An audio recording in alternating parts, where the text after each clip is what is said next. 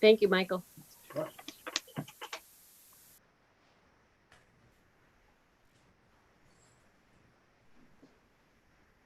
He didn't say we're live stream yet, right?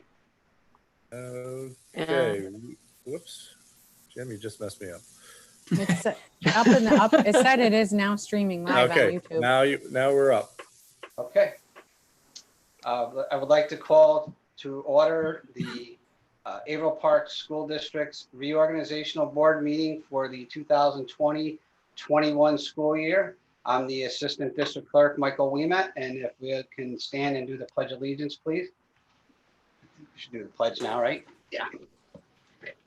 Pledge allegiance. It's to The flag of the United States of America.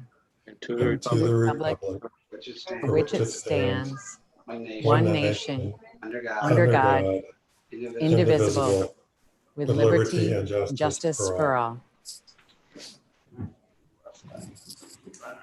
Okay.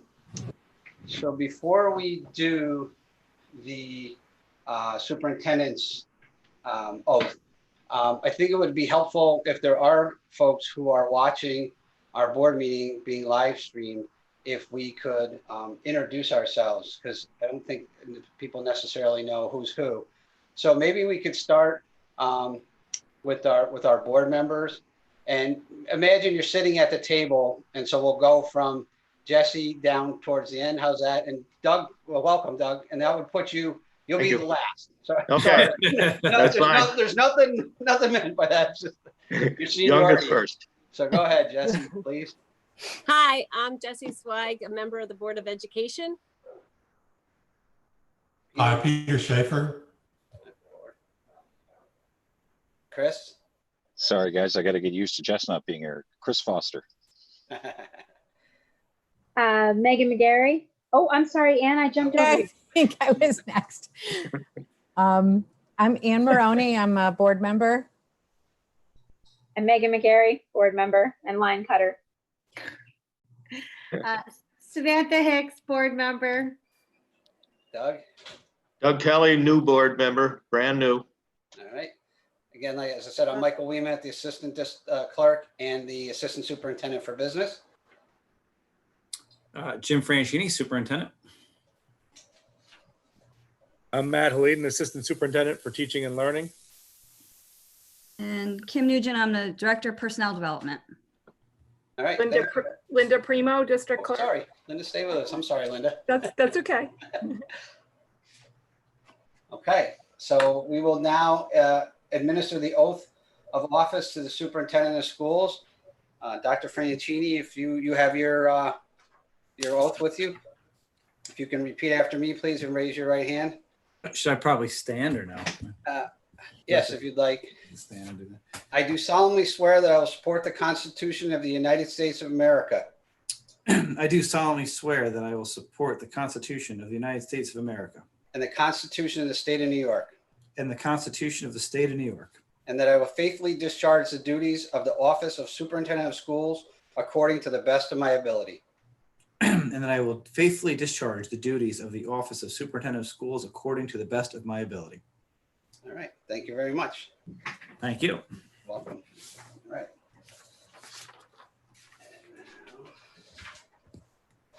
Mr. Kelly, do you have yours there? Yes, I do. To give you the oath of office as a new board member. And if you can raise your right hand, and if you'd like to stand, that's okay. It's up to you. I do solemnly swear that I will support the Constitution of the United States I do solemnly swear that I will support the Constitution of the United States and the Constitution of the State of New York, and the Constitution of the State of New York, and that I will faithfully discharge the duties as a Board of Education member according to the best of my ability. and I will faithfully discharge the duties of Board of Education member according to the best of my ability. All right, congratulations. Thank you. Welcome. Thank you. Thank you. All right. And Mr. Clerk. All right, we'll do the oath of office for our district clerk, Linda Primo. Linda, you have your I oath? do. All right, here we go. Mike, don't you have to swear You in Ann as well? forgot Ann. Yeah, oh, I'm sorry. Michael. Oh, I'm sorry, I Michael? did Dan, not Doug. Okay, let me get Ann. I'm sorry, Ann. That's okay. I do welcome not back. have my printout. I have Okay. everything else That's under the okay. sun. I'll make it easy for you because I Oh. break this up. So Thank you. Ann Maroney, our returning Board of Education member. Oh, my video is on. Okay, if you'll repeat after me, raise your right hand, please, if you will. I do solemnly swear that I will support the Constitution of the United States I do solemnly swear that I will support the Constitution of the United States and the Constitution of the State of New York, and the Constitution of the State of New York. and I will faithfully discharge the duties as Board of Education member And I will faithfully discharge the duties as Board of Education member according to the best of my ability. according to the best of my ability. All right, thank you. Thank you. Right. Now, Linda, if you will, please. Yes. All right. I do solemnly swear that I will support the Constitution of the United States I do solemnly swear that I will support the Constitution of the United States and the Constitution of the State of New York, and the Constitution of the State of New York, and that I will faithfully discharge the duties as District Clerk according to the best of my ability. and that I will faithfully discharge the duties of District Clerk according to the best of my abilities. Very good. Thank you. Thank you. All right. Okay, so now we will take nominations from the floor for the position of School Board President. Do I have any nominations? I'd like to Nominate- nominate Jessica Zweig. Okay. I second that. If you need a second. Ann Maroney, Jessica Zweig. Okay. All right. Are there any other nominations from the floor for Board President? Okay, hearing no other nominations from the floor, I would like to call to vote for Jessica Zweig as President of the Board of Education for the school year 2021. All those in favor? Aye. Aye. Okay. Any opposed? Okay, motion carries. I now, we need to do your oath of office, please. Okay, All right. sure, thank you. All right. If you'll raise your right hand, please. I do solemnly swear that I will support the Constitution of the United States I do solemnly swear that I will support the Constitution of the United States and the Constitution of the State of New York, and the Constitution of the State of New York, and that I will faithfully discharge the duties of President of the Board of Education according to the best of my ability.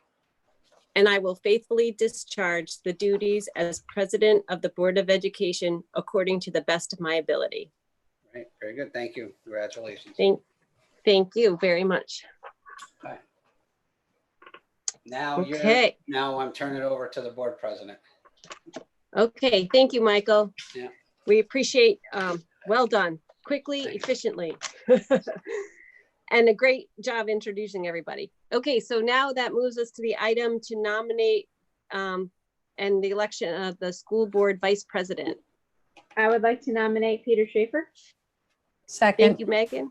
Thank you, Megan and Ann. Any other nominations from the floor?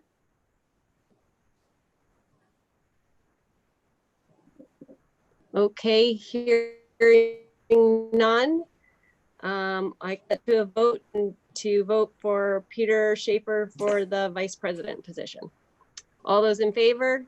Aye. Aye. Aye. Opposed? Opposed? Okay, so moved. Congratulations, Peter. So, Thank you. Peter, can we do your oath of office now, please? Yes. You'll Oh, raise your right hand.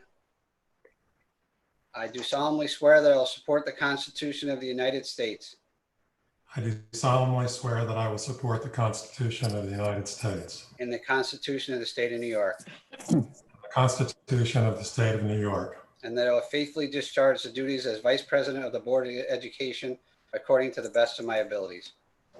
and that I will faithfully discharge the duties as Vice President of the Board of Education according to the best of my ability. Thank you.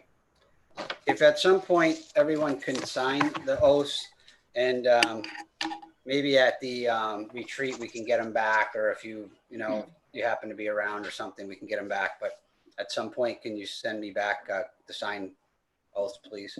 Mhm. Yes. Thank you. Yes. Yes. Thank you very much. Okay. That moves us to item number 7 on the agenda, the appointment of 3 board members to serve on the audit committee. Do I have any volunteers to serve on the audit committee? I volunteer. Thank you, Anne. Volunteer. I volunteer to stay on. Megan, and did I hear Chris also? Sure, let's make it a trifecta. I thought I sounds heard like your a voice, dirty Chris, I was word. making sure. Okay, so is there anybody else that would be interested in participating? Do we need a runoff?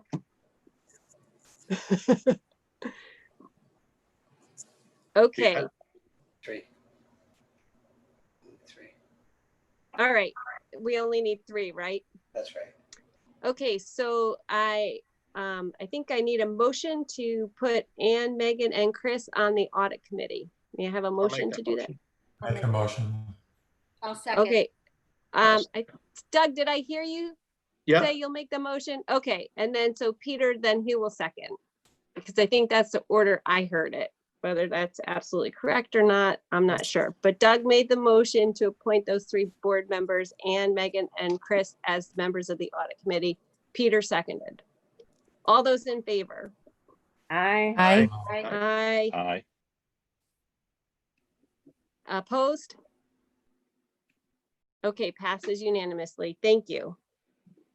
So now the next number of items, I believe we can do as one full sweep instead of going through individually, unless anyone has well, we can talk about them and pull them, but if we could make a motion to approve items number 8 through 28 on the reorganizational meeting agenda. I'll I'll make make a the motion. motion. Okay, Peter, who said second? I did. Doug?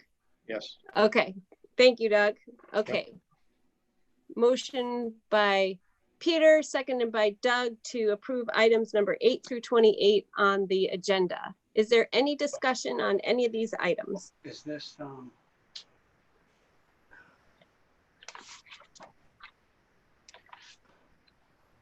I think this might be where I had a question. Okay, go ahead, Anne. I'm not sure though. I'm looking for to see what number it is. yeah, me too, because we have something we gotta make sure is, Or was it part of a regular meeting? no, the stipends, I believe, are in the reorg. Right, is that what you were talking I about? think this. Yes. I think they're in the regular. I think Oh, regular? I think Okay. the stipends are in the regular. All right, Yeah. I'm sorry. Okay. Okay, then I'm good. We're both there. There is a item number 12, approve the following appointments and stipends for 20 to 21 school year. No, that wasn't it. That wasn't that But one? thank you. No.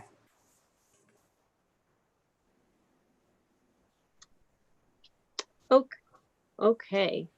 Any other questions, comments on items 8 through 28?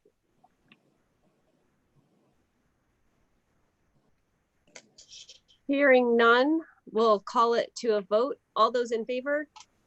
Aye. Aye. Aye. Aye. Sorry. It's okay. Opposed? Okay, I think it passes unanimously. Thank you.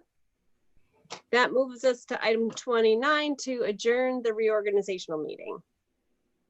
I make a motion to adjourn. I second. Thank you, Anne and Megan. Any discussion? All those in Yell favor in to, seconds.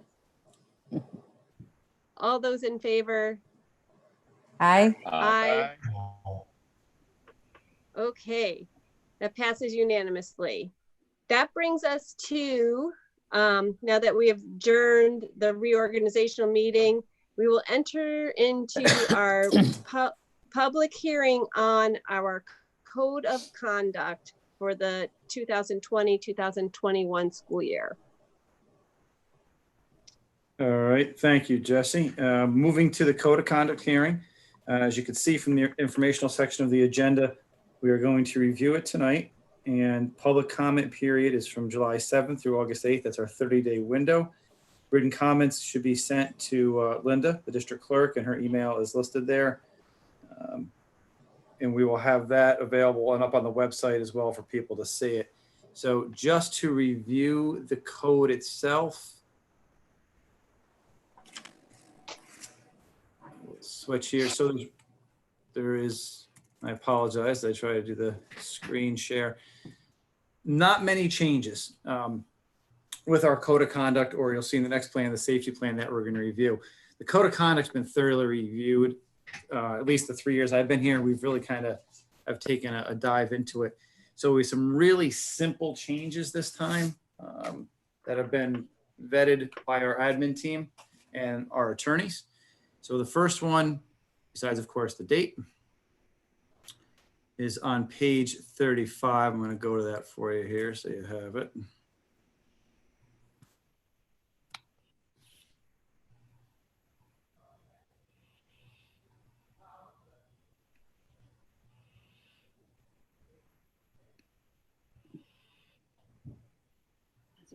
Sorry for the, there we go. All right. So this one here is I think the most significant one. And if you look at line 5 there, the middle school and high school students are schools, excuse me, are hat-free campuses. That's been the longstanding policy here. Since Heath has come back, the high school administration has really taken a hard look at this. They've surveyed people inside and outside the building in the community. Yeah, I think there's significant data to support, at least from a student point of view, a support for going to a campus that allows hats. The high school administrative team certainly supports it. Heath has talked to and surveyed and been in contact with colleagues of his in our BOCES and in the suburban council. And I think it's fair to say we're in the minority of schools that are still hat-free.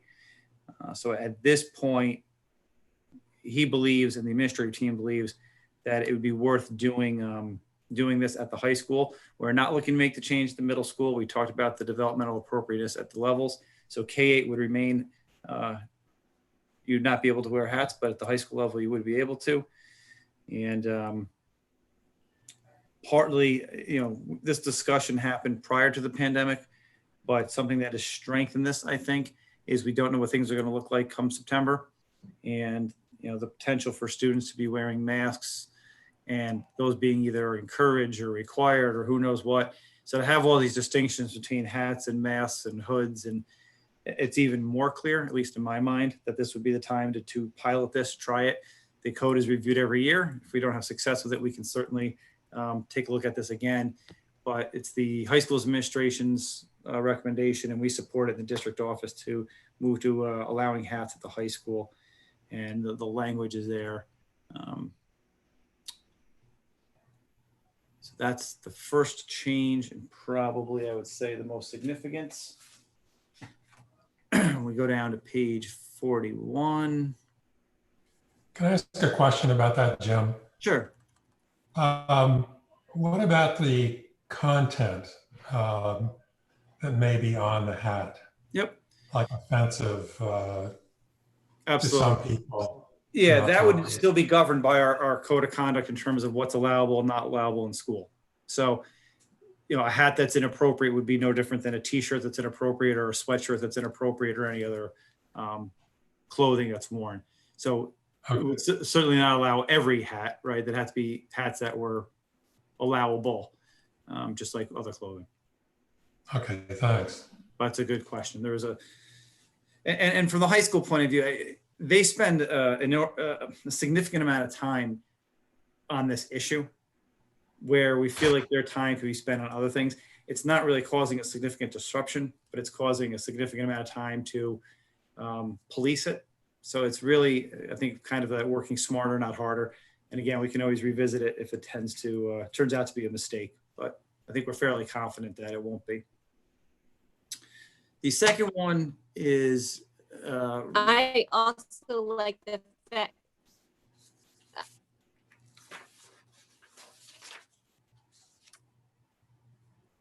Did I lose Jesse or did everyone? I also like the fact that you leave it to instructional teachers. Oh, sorry. Can you hear me now? Yep. Okay. I just want to comment that I like the fact that you left in there that in their instructional spaces, teachers have the ability to ask the hats to be removed if for whatever reason they so desire, safety reasons or whatever. So I like that flexibility. Yeah, I skipped over that. Thank you for pointing that out. Yeah, like anything else, the teacher in his or her classroom has some discretion to monitor their room as they see fit. Because not every classroom is the same, depending on what the lesson is, what the situation is in the room, it would change. So, yep, absolutely. Thank you for pointing that out. Jim, just a point of interest, are hoodies allowed? Yes. Yep. Thank you. The second one is really came from, as I had in the board notes, this was a collection notice for data. And really it came through, we had a couple of our administrators go to a training on digital safety. And one of the things they brought back to us was something that you should include or update in your code of conduct was this language. So we got this language, it's been vetted by the attorneys, but it's really just a little addition based on personal privacy laws and our collection of data. It's in our guidelines and policy section of the code here that under general guidelines for regulating use of computer resources. So again, it's just more of something to kind of protect us and define what we will do and not do in terms of collecting data, especially in terms of a threat assessment.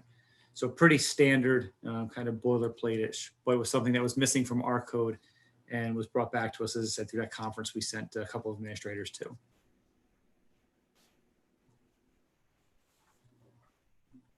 And then the final one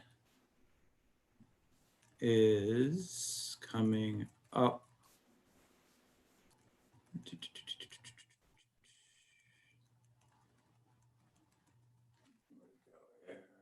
Six, right?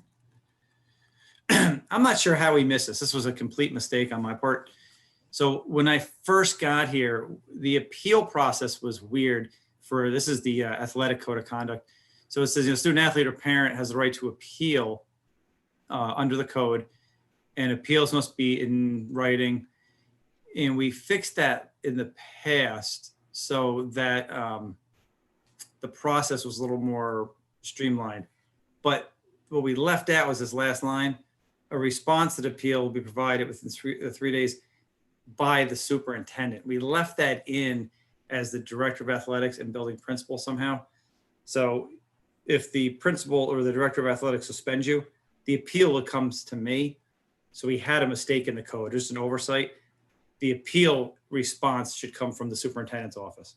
So somehow in our changing that last year, we left that in, and we realized that actually with our first appeal this year, that it wasn't correct. And we said, oh, so we're just kind of cleaning it up. I think in Jeff's words, it wasn't the word he always uses, a material change. So he said, you can keep it in for the year, just clean it up in the end. So that's just a cleanup. And that's it from the code, from the recommendations from the administrative team. Any questions on that? So we reviewed this pretty extensively last year, and we had made some changes. I'm curious how, or if you saw a lot of positive action from the changes we made last year. And that's why we don't need to really change much this year. Yeah, I don't know if I would say, I think with something like this, it's not necessarily positive acts, but if it's quiet. So I think it's a type of document where when it's working, you don't know about it. Yeah, I guess that's kind of what I meant. Yeah. Is So it working? when it's clear and makes sense, it's sort of like the contracts when you're talking to CSEA or APTA. When you write them, it's clear as can be, and then a question comes up and you go, "Oh, wait a minute, what did that mean?" Or you realize the language isn't as clear. So from that point of view, I think to answer your question, Megan, we didn't have anything else that came up or proved to be unclear or that we needed to tweak. The admin team does a really nice job. They're in the trenches with this. So they know, we've talked about it. They kind of keep a list throughout the year. So it's not like they're just reviewing it on, June 15th when we sit down to review it. They'll take notes. Last year when we asked for those notes, they had pages of them. This year we got really nothing. So it was pretty clean. It was pretty well done. Again, the hats is something we've been thinking about since Heath came back, and we want to give a shot. The appeal was just a typo, and the collection notice was just something that is kind of language we wanted from a conference. So overall, it seems to be working well. Good, thank you. Certainly no issues in April, May, or June with it this year. That's for sure. So, but for the time we were here, it worked well. Good. So on procedural, we don't need to take any action. We'll take action once the 30-day public comment period is up, correct? Exactly. Well, if Okay. you as the board or the public who might be listening or watching, or when they see it on the website, they have 30 days to comment, and then we'll look at those comments and, you know, see if there's anything that we want to change or adjust. And the plan would be to have this on the August agenda for you to approve in time for handbooks and websites and all that stuff at the beginning of the year. Okay. We Thank you. start this process in like late May. So it's a significant kind of admin meetings and discussions. This happened to be easier this year. So. Okay. All right. So do we just officially have to close that part of the public hearing and then reopen with the Yep. safe school plan? Exactly. So Okay. motion to adjourn the code of conduct meeting. Code of conduct. Second. Okay. So I had Megan and Sam, I think, is who I heard. To make a motion to, do we motion to open the hearing? I don't think you need a motion out of it. Okay. You close it. Okay. Okay. I was like, I don't think we motioned to go in, so maybe we don't need to motion go out. Okay, so we'll just close that public hearing and open the public hearing for the Safe Schools Plan. Jim, do you want to Okay. address that? So if you thought code of conduct was quick, we are going to make this even quicker. So there was some significant changes to what we had to do and not do. And we spent a lot of time reviewing this plan last year, and not just reviewing it, but making sure that we are following the correct steps. Onboard Magazine had a pretty lengthy checklist and what had to be done and how it had to be done. I believe, if I remember correctly, it came from a comptroller's audit that these safety plans were not being done correctly and properly. They were more procedural type things, but the comptroller came out. So this stuff got really fine tuned. We are following the rules, I believe, to the letter, both last year and this year. So with the safety plan, there are multiple steps that are required for the adoption of the district safety plan. So first, it's reviewed and updated by our district safety team, which we did. We did it virtually this year. Again, very, very, very minor changes because what we did last year. And I'll show you those in a second. Once we go over it again, 30 days, same as the code of conduct. It'll be up on the website. People can comment, email Linda if they have any comments, and then you'll have the opportunity to adopt it again in August. Just as a heads up, you're required to do a hearing for the district plan. You're also required to have building plans. The building plans are not public. So your district plan is a little more general. The building plans are a little more specific, and those are kept confidential because of safety reasons. So the hearing that you're having tonight and the 30-day comment period is only for the district plan. In August, you're going to adopt the district plan, hopefully, and the building plans. You'll see the building plans, but we will not have a hearing or have them on the public portal. At the August meeting, you're also going to approve the district safety team. That needs to be board approved. Again, one of those things that came out through the comptroller's report that districts were not necessarily following. So tonight, district plan. In August, district plan and building plans approved as well as the team. The word highlighted on your screen is change number 1. So the document said staff participates in CPR, AED, and first aid training. When we reviewed it, we wanted to add the word appropriate because not everyone does, not everyone's required to. So we had some eagle eyes on that said, hey, why don't we change that to appropriate? And the other change is, this is hard to do with a shared screen, and here we are. Yeah. So this is the SRO contract. Again, this stuff is kind of constantly changing. One of the adjustments we had to make is we had to include the SRO contract in our safety plan. It had to be referenced to or put in as an appendix. We put it in as an appendix. Our SRO contract expired as of June 30th. So when we had to do the plan update, we had to put in the new SRO contract. So that is on here. It's on your agenda. And that's why it's not signed, because it is literally brand new. I have a question on the SRO contract, and Mm-hmm. just because I don't know, I don't recall seeing this. I've only been here a year. Do we get to keep Officer Nichols as our SRO, or is there like, is that subject to change? We might get somebody else. It's a great question. You know, I would like to say I want to keep Officer Nichols. Yeah, I second that. Definitely. we would certainly fight for him. We've had a really good relationship. I would like to take credit for this, but this was before me to get this done. I came in and did the interviewing with Sharon for the SRO position. And since the beginning, I can only speak since, I've been here, Under Sheriff Bly and Sheriff Russo have been unbelievably good to us. We were involved in the interviewing, and we had our pick of SROs. We picked Brian. That was Sharon. I'll give her all the credit. She was, she felt strongly in that one, and she was correct. And, he's done a great job. We've been able to keep him. There's no talk of any changes or moves. I don't know. I don't know what would happen if they reassigned him. We've never gone down that road. So I think we do have a say in it. It's got to be a match for the district and for the sheriff's office. I think they've been very vested in this program.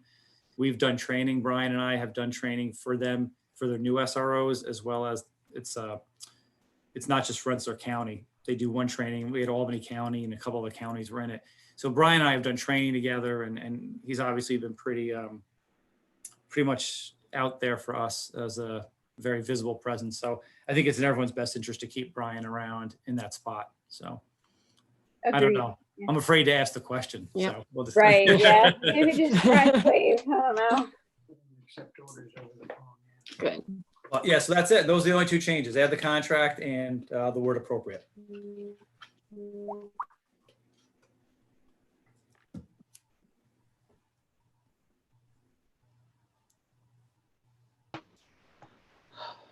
Okay.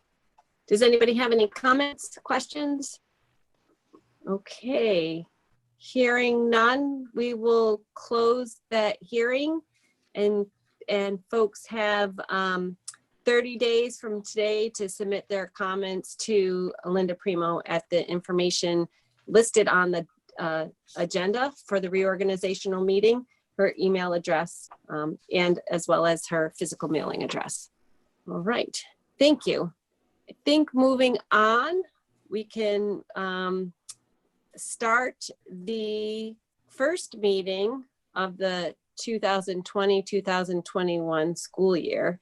So welcome everyone to the Board of Education, the first Board of Education meeting for the year. We did the pledge at the reorg meeting, so I think we can just jump right in to the agenda for the first meeting, and that we'll start off with the superintendent's report. Are you ready, Jim? I am ready. Okay. So the agenda's back up here. We'll go right to the report.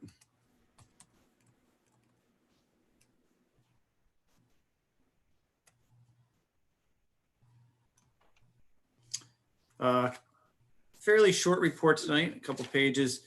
I wanted to bring your attention to the board administrator retreat. We got to save the date out there looking at August 10th. The exact time is to be determined. We're thinking early to mid-afternoon. We'll go to about 6 o'clock. Our board meeting is to follow. And a little bit outside of the box in this COVID-19 world, we're gonna try and do it at the bus garage. We thought there would be a way to do it in person.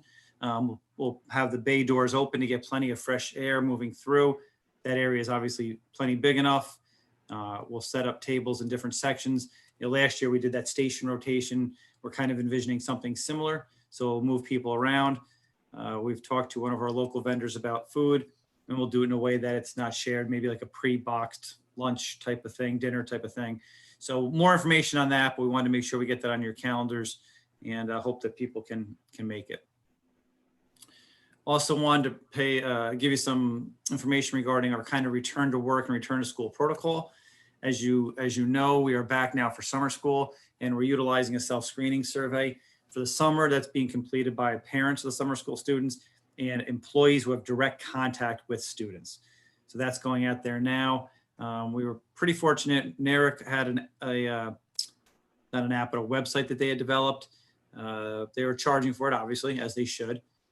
Matt and the data squad took kind of the outline of what they had and made it a little more specific to us, and didn't cost us any money. So thanks to Matt and the data team for doing that and saving us a few $1,000s in terms of cost there. It's also eventually will be stronger for us as well. It'll be more reporting features. It's easier to link into our own system. So we think it's actually an improved product and no extra cost. So thanks to those guys, and it seems to be working well the first couple of days. Wanted to bring your attention to the looping at Miller Hill. Jim? Yeah. I have a quick question. Are you doing temperature screenings as part of that?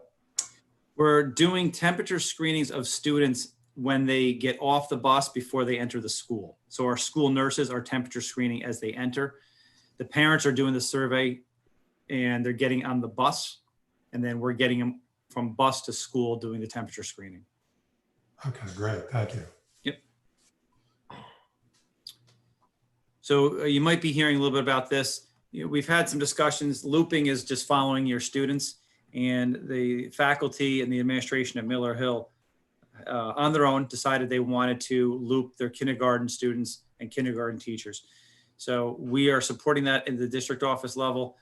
It's something we think that'll be a great way to better serve last year's kindergartners for a group that wants to try it. We're viewing it as a pilot, especially because we don't know how this year is going to play out. So we thought if one school was really interested and wanted to do it and had the idea, we would support it, see how it goes. So those first grade teachers will go down to kindergarten. Kindergarten will follow them up. We'll watch it closely, and we'll see what happens this year, obviously, in terms of those students. And we don't know what situation we'll be in a year from now, whether or not this is something we want to pursue at a larger scale. We are very proud with our social media presence, and the rest of this text in this report, which you saw on your board notes, really talks about what's in that graphic, which I'll bring up. But we had 132 posts on Facebook, which engaged more than 78,000 people. And when you look at how we did compare to others, this breaks down some of our more popular views and posts. It talks through our presence on Twitter. When you look at those numbers, more than 161,000 tweet impressions in June. Mentioned 45 times with accounts, over 1,800 people clicked on the district's page. And just extremely impressive. Is obviously we think a lot of really great things going on. And we talked about Brian Nichols and the other Brian Radowitz, and the job he's done. When you look at this and you look at, this was just a random sampling. We tried to pick some neighbors, we tried to pick some suburbans, we tried to pick some urbans, we tried to, look at people who are around us, a little bit smaller. So it's kind of a random cross sampling that we did. But when you look at our numbers and compare us to districts, in some cases much bigger than us, and look at the reach that we're getting and the number of posts, it really is quite impressive, the work that Brian's doing and the information that's being given to Brian by all levels of the organization. We've really developed a culture where people contact him directly, get him information, and he gets it out there.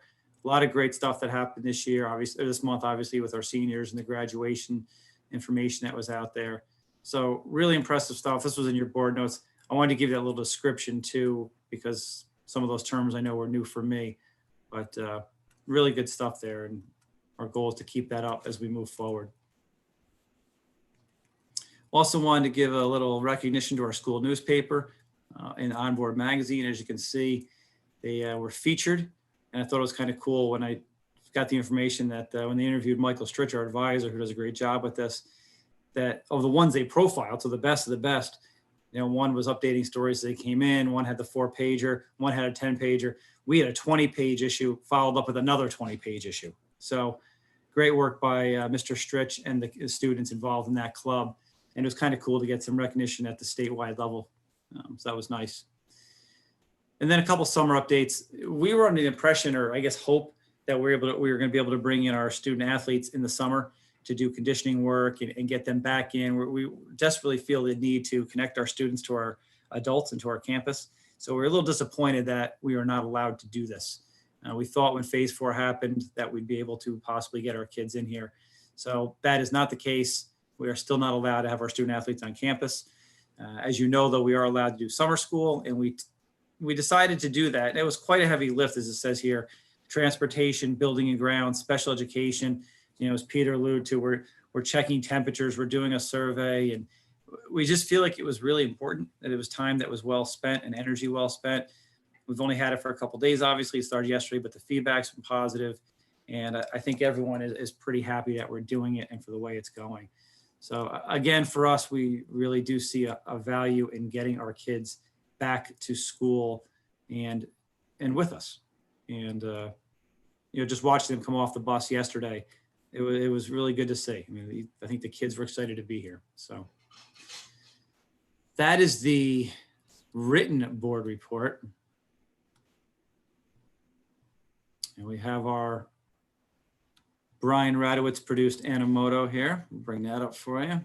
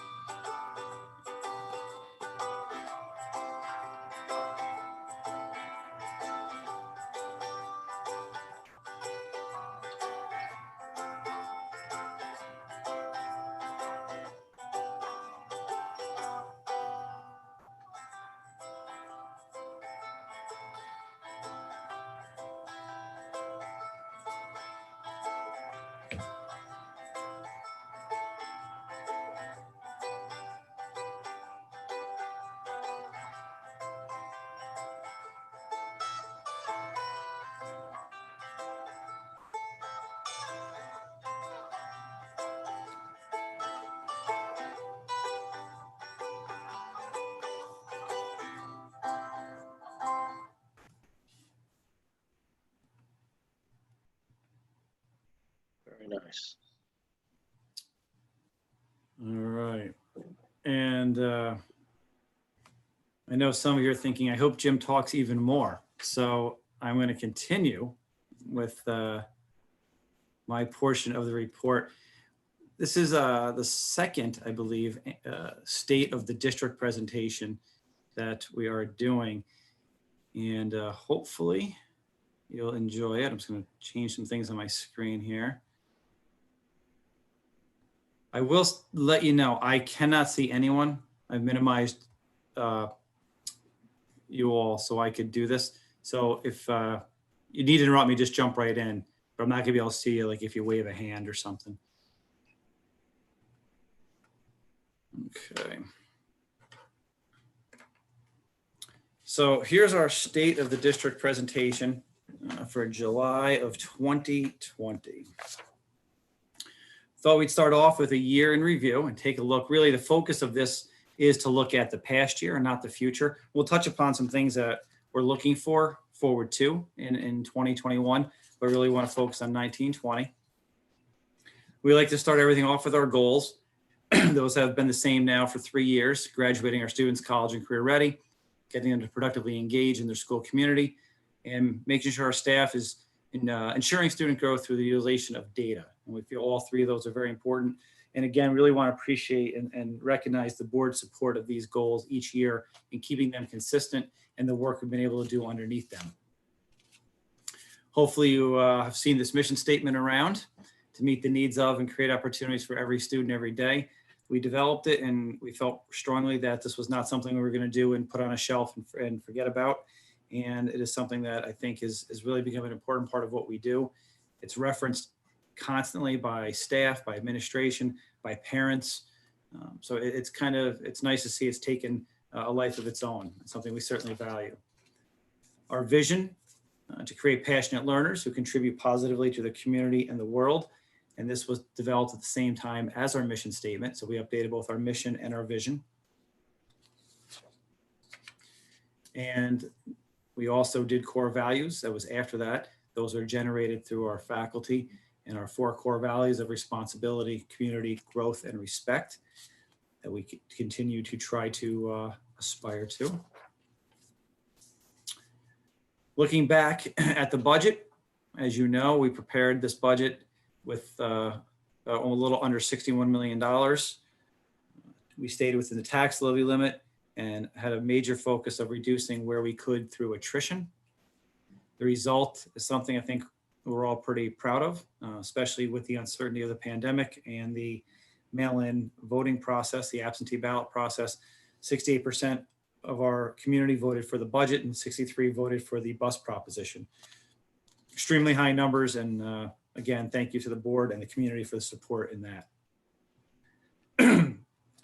As I mentioned with the logo, or excuse me, with the mission statement, we've really tried to brand our district and communicate that out. We started our year by handing out t-shirts. You can see Heath modeling one right there in this picture. The front's the logo and the back is our hashtag of AP_ every student every day. Those were given out to every employee, and we had a few of those days where we wore them first day of school, day before Thanksgiving, if I remember correctly. We wore them a few times so that everyone in the district was wearing them. They went over really, really well. I know, in fact, transportation folks wanted more of them and wanted long sleeve and hoodies, and so they ordered them on their own. But you'll see people wearing them throughout, so it's kind of cool to see that and people enjoying wearing them. Again, I mentioned Brian's name, Brian Radowitz. We asked him to put together AP the magazine, and that's right there, the first picture. And as we've talked about, as our number of students in wine skill increased, I think part of that had to do, well, there's a lot of reasons for it. It was a great presentation by our high school administrative team and the reputation and all those things. But you know, one of those things I think that definitely contributed was that magazine that we were able to put in every kid's hand and mail home to other prospective students. We've gotten them out to real estate agents. We've gotten them out in the community a little bit to kind of show off what we're doing here. And that was all done internally through Brian's work and through Questar's printing services. We also expanded our communication to Instagram. We thought we had a void there. We know our kids are on Instagram. We are targeting Facebook and Twitter, which is where our adults are. So we got onto Instagram this year, to that platform, and tried to communicate more with our students. We tried to also make sure we are focused on the well-being of our faculty and our staff and made some concrete changes there. We had our 3rd annual Welcome Back Warrior tailgate party, expanded this year, did some things different. You can see in that picture there, we had a little photo location. They could get your pictures and we posted them. We had our CASDA Friends of the Year. We nominated Bill and Betty Jean Whipple. They have been instrumental in our backpack program. Bill's a bus driver with us, and his wife, Betty Jean, is a volunteer, and they go get the food every week and bring it back to us and just do great work. And that was a great event. Michael and I were able to attend and just honor them. It was just fantastic to see them get some recognition outside of our own community even. Through Kim's office, we've started a recognition program for our non-instructional employees. So we're doing a little thing where our own employees can nominate each other, and then we do recognition for them and write-ups. You've seen them in our social media. You've seen them in our board reports. I think it's kind of a cool way to recognize our folks who are kind of behind the scenes and work so hard and do so much great stuff for us, but you know, don't always get the credit they deserve. And we also started CSEA labor relations meetings. We've had APTA ones for a while, but now we've been able to start CSEA folks and kind of proactively problem solve and work through issues in a positive manner. Take a quick drink, excuse me. A lot of work happening with our capital project over the course of the year. Put out an RFP for a new architect, and we're able to get Mosaic to join our Avon Park team. I think we've all to a person been extremely thrilled with the work that Mosaic has done. They're very invested, very thorough, very knowledgeable. Next big step there is we had that board subcommittee, which is actually pictured, and the work that they did, not only working with that committee, I think, but communicating back to the full board and having that voice at the table really helped us. And we were able to define the project in those main buckets right there: safety, which was really intruder hardware and our entry points; the guidance suite at Post and Kill, which includes removing the trailer; the cafeteria at Miller Hill and its expansion and improved lighting, ventilation; the replacement of the PAFA wing at Algonquin with the College and Career Readiness wing; and then, of course, making sure we take care of our building envelope by filling the stuff that needs to be done within the building condition survey. We wanted to make sure we informed our community, and we started the video series. We got those out and we're messaging it. The feedback was very positive as we tracked the data in terms of people viewing it. And then unfortunately, made the right decision to postpone it into the fall of 2020 as the pandemic hit. So that is coming up in the looking forward slides, but that decision I think is something that nobody took lightly, but was clearly the right one. And even with that, we were able to get a $100,000 project in to address a couple of things that we really know needed to be done. The weight room in the high school is a teaching station for us and is not in shape that we know is worthy of our students. So some work being done there, and thanks to Michael for leading the charge on that. And the scoreboard at the football field and updating and getting things as we kind of try and put things in place and plans in place to systematically do this work. So moving forward with our building and grounds. To that end, we've spent money trying to make the campus look better, to give our kids a reason to want to come in besides clubs or activities, but something kind of fresh and new. And these are some things that we've been able to do. They're kind of one shot costs. And we really have gotten really good feedback. That picture is obviously of our cafeteria, where we tried to make it more of a college lounge feel, campus center. Feedback from our students, fantastic. I think when you look at furniture like that, there's always a concern of, oh, kids are gonna, write on it and poke holes in it. We've had, I guess I can't say probably zero, but next to zero issues with the furniture in that room. Our students have taken care of it and done a great job. We invested in some furniture at Algonquin to try and model and pilot some different ways of instructing. Updated the library at Post and Kill. We added some stuff into the high school gymnasium lobby, some furniture and tables. If you go down there at the end of the school day, it's where a lot of our kids are hanging out, waiting for practices, waiting for games. So it's a lot of activity down there. So we put tables and chairs. We added the charging stations so that kids could charge their phones, kind of hang out there. And again, our students, I think, rose to the occasion. If you look at in terms of not only use, but the way they took care of it. Zero problems essentially with things being broken or, vandalized, or we had none of that stuff. Our kids are great kids and they took care of it well. We continued with our focus on safety. The lockdown kits were kits that are now in each space. Those are actually behind the students in that picture. They're filled with things that you would need if we had to go into an extended lockdown. We worked to improve our intruder hardware throughout the district to make our students and our staff and our faculty safer.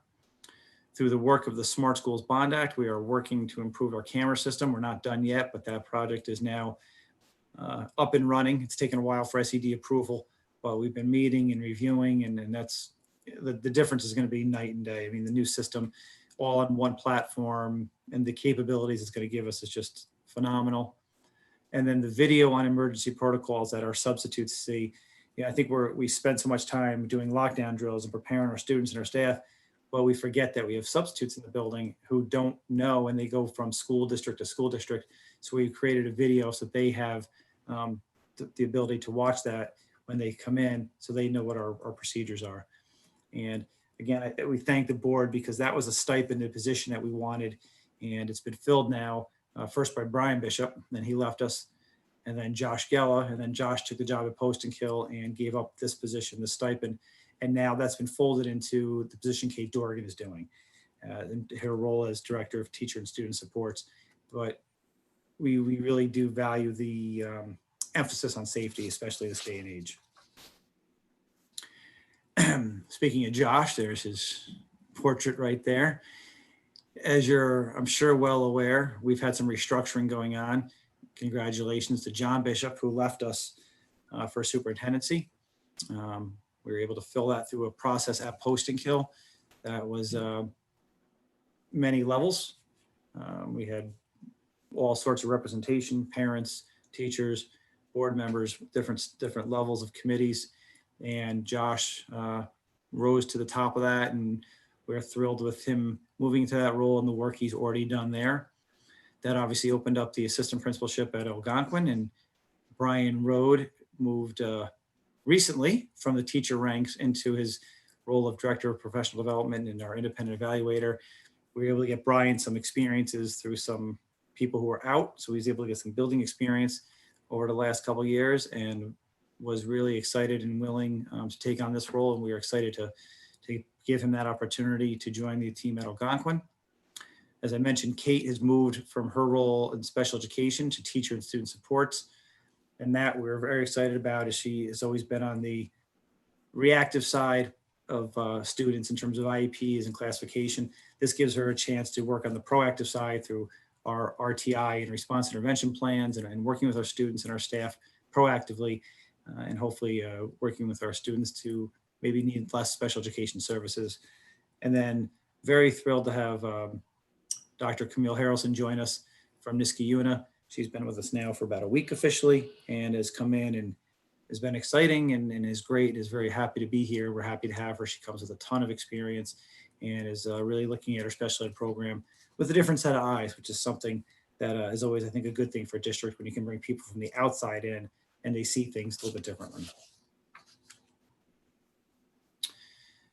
In terms of teaching and learning, a lot of changes and a lot of things happening here. Grades 4 and 5 are making the move to self-contained, which just means we're not going to be departmentalized anymore. And then in 2021, we started that, and now we're in Miller Hill, but we're going to continue that for next year. And that's been a heavy lift for our faculty, and we've made sure we've provided them the PD necessary to get to that point of being comfortable with this. We've done a lot of work with our ELA curriculum at the K-5 level. The Reading League is a partner that we've worked with to provide real science-based instruction into reading. And they've done a great job. I think they've been well received by our faculty in providing a science behind reading.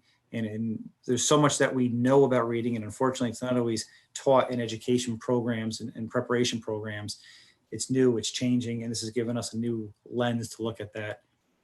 Our DLT is our district learning team, kind of a new name this year. We have a DLT, a BLT, which is the building level team, and the ALT, which is our academic learning team, which are our teams within the buildings. But the focus this year has been on those two bullets. PLCs, the professional learning communities. We've started that work and really building our teacher capacity and building teacher leaders and providing them the training to be able to lead their teams in their departments.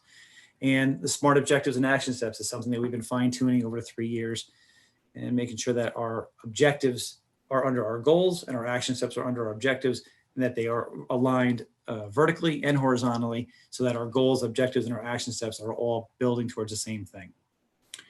We had the programmatic review by CASDA, where we're again getting fresh set of eyes on the program, and they came in. We've had them twice now in the last 3 years come in and look at different parts of our organization, and they've done a nice job there. And then Future Ready Schools is a way that we've kind of looked at preparing ourselves from a technology point of view to make sure that we are ready and prepared. It's a program that Matt has brought in to kind of review the way we are doing things, analyze our own processes. One of our goals, as you know, is data, goal number 3. And the first thing we've done is we've worked to building a data culture workshop. That was training that we provided for all administrators and for our teacher leaders. We created something called AP Inquiry. It's an online dashboard developed for our building administrators. It's really used to track student achievement data, to support student study teams, and to highlight accountability data. And then we've been working on printed dashboards for quarterly analysis. We're going to be expanding access to those dashboards digitally to all our teacher leaders in 2021. So a lot of work being done on the data side, really led by Matt and his efforts. When we brought Matt in, we knew his expertise and was in this data world. And it was something that we felt like we were kind of lacking a little bit in terms of where we were. It was an area for growth. And he's kind of come in and filled that void, and will continue to do so. We've been working on our college and career readiness goals. The one-to-one device initiative has been expanded, and by next year we will be 612.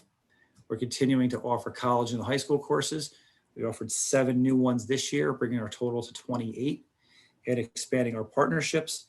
We added Columbia Green Community College and Schenectady County Community College, as well as our continued very strong positive relationship with Hudson Valley.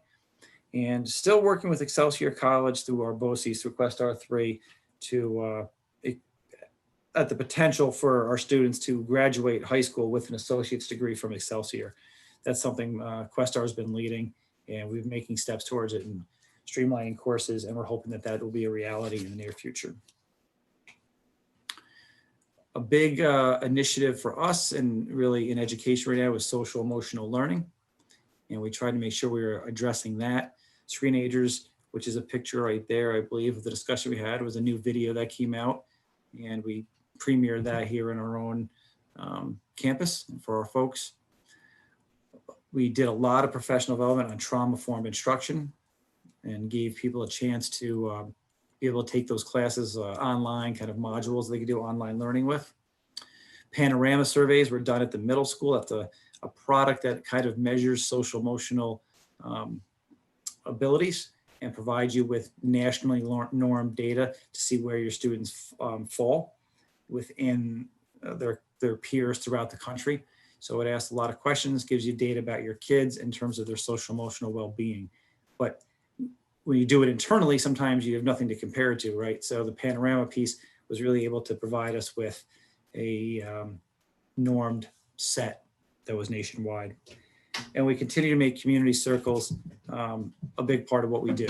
And it's part of our restorative justice and our restorative practice model, enabling kids to problem solve and work with each other, as well as our adults proactively and reactively as problems arise.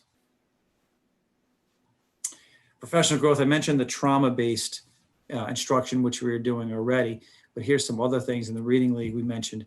But we did an administrator summer workshop. We actually, again, used CASDA and went to UAlbany, brought our administrative team together for some time.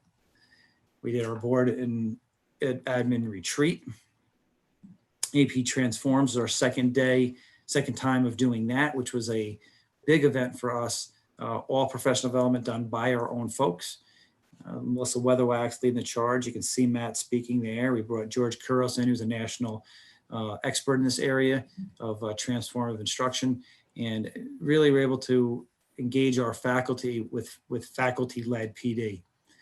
We did diversity and inclusion training through the McLean Group for a small group that we're looking to expand as we move forward. We did our Teacher Institutes, which is providing teachers release time during the day to attend full day sessions in our new Teaching and Learning Center, which is a classroom. And kind of were done in a way that allowed time for hands-on experiences and reflection and planning for implementation. And really we thought was a new and kind of creative way to engage our faculty with professional development. And then I mentioned already the Reading League and the work that we did with them and expanding our knowledge of reading. I didn't lose anyone yet, right? I can't see anyone. I can't hear anyone because no one's talking. Everyone's still there? All good. Keep going. Here. All right. Present. We also have been focusing on developing and continuing to develop partnerships with our community. We worked with some graduate level students at RPI and a data partnership.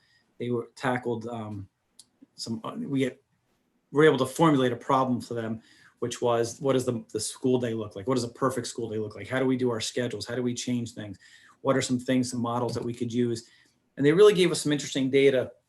Again, they're not education folks, so they came at it from a totally different lens in terms of things that we could maybe do and things that we'll probably look to at least incorporate at some point in the future in terms of new directions. Some really interesting and good discussion there, though, with those folks and with Matt and his data team. Sand Lake Center for the Arts, we've had a nice partnership for a few years now. We've added new courses with them, and we provide busing. So our students are able to go there at the elementary level, are able to go, and from Algonquin, are able to go to Sand Lake Center for the Arts for those courses. Actually, I believe it's only at Algonquin, the busing. We started the kindergarten program with the Addictions Care Center of Albany. We had that press conference. That's the picture on the far right. It's their Apple a Day program. We plan to roll that out in the spring.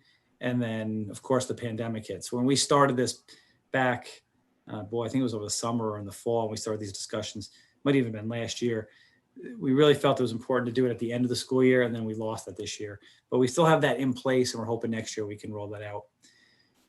Speaking of hoping next year, we had a really, really exciting day planned with Chris Herron. We partnered with actually the Bethlehem School District to bring the price down.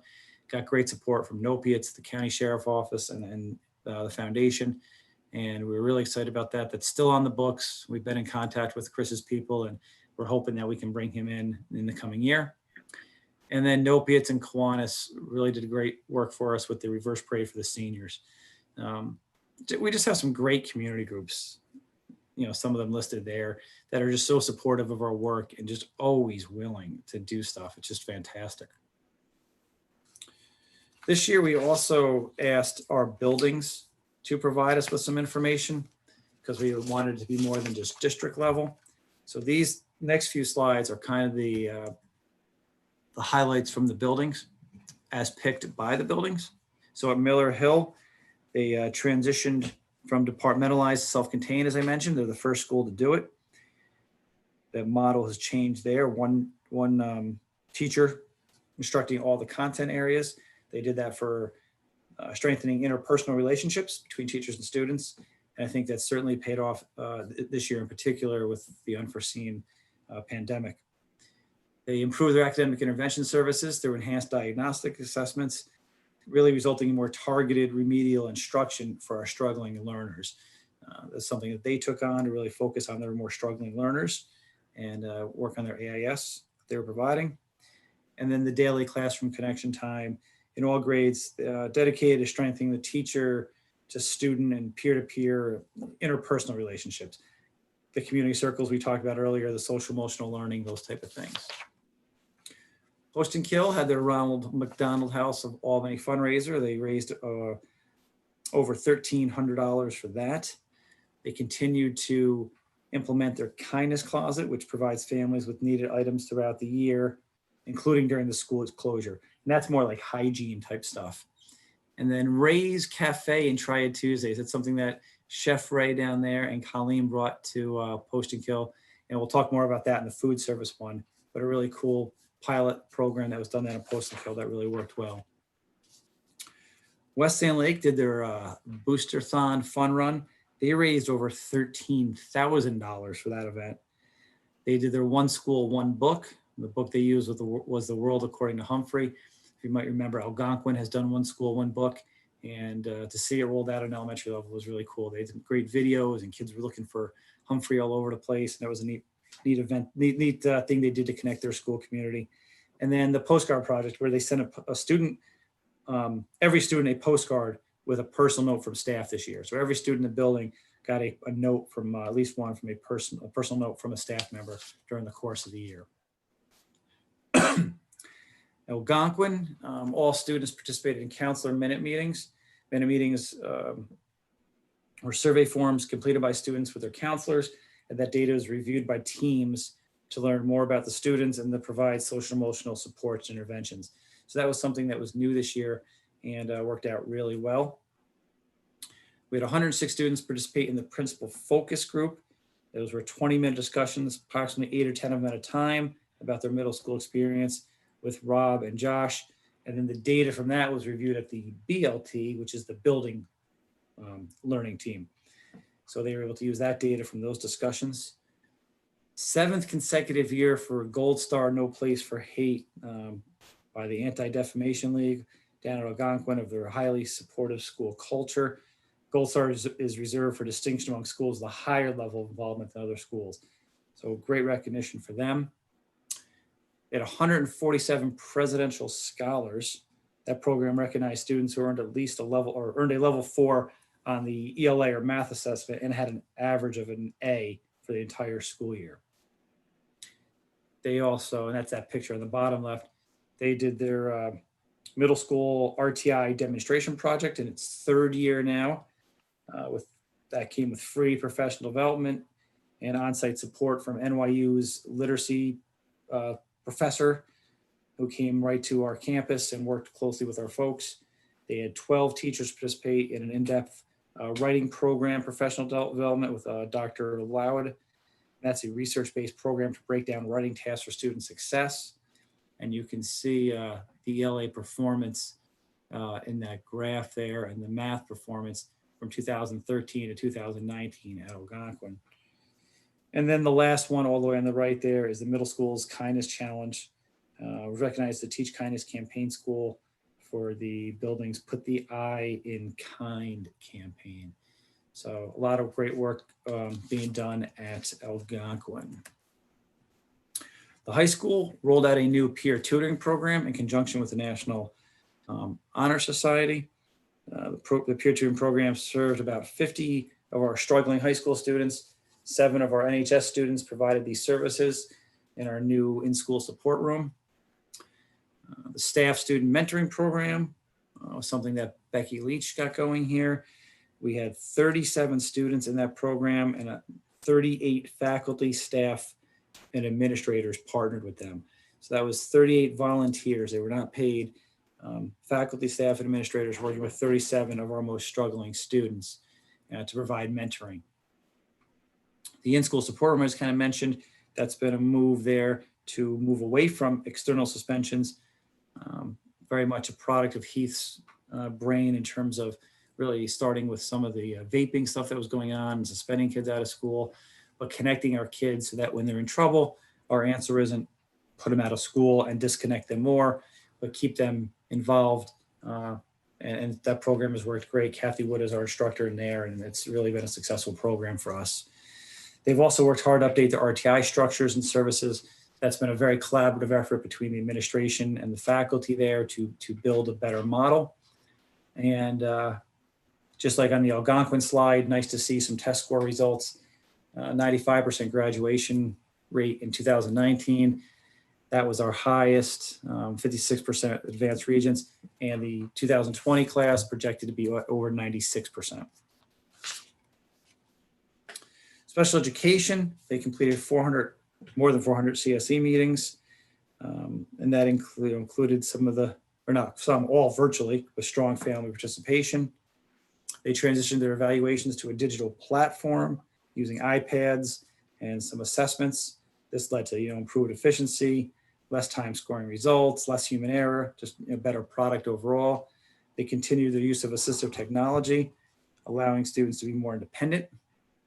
And some of those programs are Bookshare and Snap and Read and some student-specific apps that are used there. They continue evaluating their service models, increasing recommendations for resource room at the elementary level, and trying to decrease special class time at the middle school. And then we had a transition specialist this year. We began a relationship with the transition specialist to support the needs of our students with disabilities at the high school. And she will be with us 1 day a week in 2021. So a lot of good things happening in our special ed program as well. Athletics, named a School of Excellence by the New York State Public High School Athletic Association. That means 75%, at least 75% of our varsity teams were named to that award as scholar athlete winners. We had 2 Section 2 team championships. That was competitive cheerleading and girls basketball. We had 3 Section 2 individual championships, Sean Malafont wrestling, and then Austin Millette, Noah Bonesteel, Adam Limoges, and Aiden Millington in the 4x800 meter relay on the indoor side. And then Marissa Mazzacco, Karen Zimmerman, Lydia Minato, Abigail Wicks on the 4x200 relay in the indoor. So some individual and some team achievements there. If you remember a couple of years ago now, 2 years ago, we had some concerns with some of the things happening within the program and the behavior of our students and fans. And we just had some things happen, not to relive that. So Mark started a student athlete advisory council, and that's where he picked, or the coaches picked, I believe, 2 members from each team. And he met with them regularly and talked about behavior, talked about role models, talked about all those type of things. They started that 3C, or the winners in the 3 Cs, the community, the classroom, and the competition campaign. And I think really helped lead to an emphasis on our behavior on and off the field with our student athletes, including our cheering sections. And I think led to improvement, which was nice to see, obviously. And they did a lot of donation. There's over $2,400 worth of gift cards. That was just during the pandemic. They worked with their booster clubs and donated using local merchants, donating the food or the gift cards, excuse me, to local families in need. So some nice work there by athletics. Transportation had a year of 100% vehicle inspection rating passage, which is obviously fantastic. They were challenged in this pandemic, like everyone else, to do things that they had never done before, and not surprisingly, rose to the occasion. We thank Mark and all the folks over there with meal delivery, delivering student items, the gifts to the seniors. We kept coming up with ideas and then had to loop them into it, like, hey, great idea, now can you do it? And the drivers did a great job, and Mark did a great job, and the folks over there, and we thank them for that. And then somehow meeting their training requirements. And they have stuff they have to do for the state education department and DOT and their 19A certifications. And they did this all while maintaining social distancing guidelines and a pandemic and all that stuff. So stuff that's difficult in a regular year, they were able to pull off in a not so regular year. So good work by our transportation folks. Food service had their Try It Tuesdays at Post and Kill, which I mentioned earlier. Each Tuesday, it was a new menu item offered as a sample to students. They were able to vote on the item, and if they liked it, they added it to the district's elementary menu for the following month. They had increased points of service at the high school, a breakfast cart, snack bar, grab and go line in the cafeteria, and they were able to do it with freshly made salads and sandwiches and wraps. They purchased local produce from Capital Roots for each building throughout the year, including lettuce and tomatoes and cucumbers and apples. And again, just a great addition to our team and bringing Colleen. And she didn't put any of her accomplishments as some of the pandemic stuff, but the lift of food service over the last few months to deliver the quantity and the quality of meals that they did was outstanding. I'm not sure how they did it, to be honest, but those folks were they were working, they were getting it out there, they were coordinating it. And that continued with, Colleen leading the charge to get our most needy kids food over the summer as well. So great job by food service. Technology had their response to COVID-19 listed. They provided remote support. I mean, they always do. They're understaffed, and we keep adding technology and one-to-one. And we did add someone to their staff this year, which was well needed. They're still, I think, understaffed. And we look at what they did in the pandemic, servicing and supporting students and employees and families, loaning out equipment to anyone who needed it. I mean, it was just a constant, again, behind the scenes, kind of not recognized, but a great job there. They added a software request procedure and criteria, defining a more set procedure and defining those criteria. So it was like important things: student learning, usage of data. What do we already have that was existing? The Ed Law 2D compliance, which is that privacy piece, connections to future ready elements, which we mentioned, actually having criteria and analyzing and evaluating these processes, and then improving their support services with the use of new tools and methods of support. For example, they did in-person support each building on assigned days. So really great stuff coming there as, again, the technology demands increase and they just keep supporting it the way they can and do. Our building grounds folks, last but not least on this list, they built for us or remodeled a classroom, room 308 at the high school, and made it to a really cool teaching and learning center. If you go in there, it's fun to walk by it as they transform these classrooms into unbelievable office space. They did it down at Algonquin with the CSE office. That was a computer lab. It's actually been many things at Algonquin. At last, it was a computer lab, and made it into a new office space down there that's phenomenal. Camille was in there the first time we took her in there. She said, "I'm never leaving. This is unbelievable." She's like, "This is great space." Again, this is just stuff Aaron and his guys do. Music department office. Again, it took room 109 at the high school and constructed an office for the music department there. And then the grounds work that they did at the new field drainage system at Algonquin. You know, and talking to Aaron, I don't know how much it would have cost, but it's safe to say that if we had taken that and done it outside of our own people, it would have been literally in the tens of thousands of dollars, 40, 50,000. Aaron and his people just did it. You know, so you look at the quantity and the quality of work they do. It's, again, astounding. And they're just our people who just work and work and work and are talented and skilled. And we thank them for that. We continued our policy review with NISBA. I've been in contact with Jessica Goldstein. She's getting the 4,000 section ready for us. So we'll continue with that. But we also this year had some other things, right? We had the social media policy, which we wanted to update as we use more social media. We wanted to make sure we are updated there. The red flag law, which was a new law by New York State, that provided some safeguards, procedural safeguards, ensure that firearms are not removed without due process after some school shootings. But it was, for the school part, empowered teachers and administrators to prevent school shootings by pursuing court intervention. So we had to have a policy that allowed us to do that and do that correctly.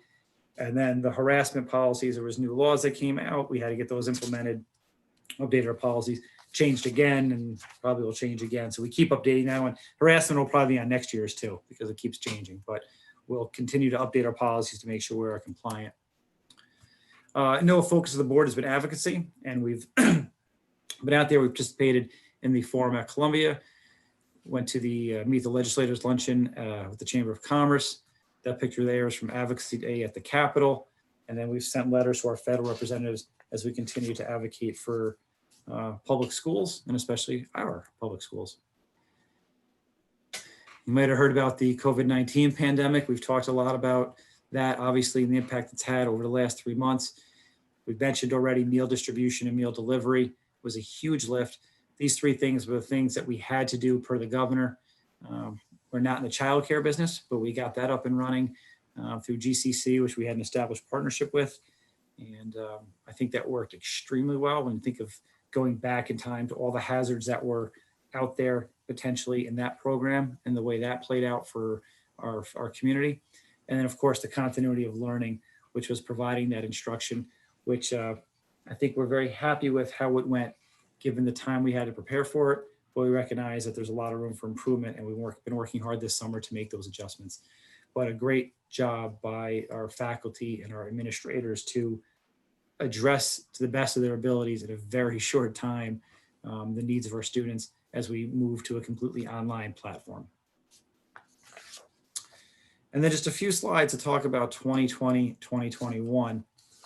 We'll be talking more about this at our retreat.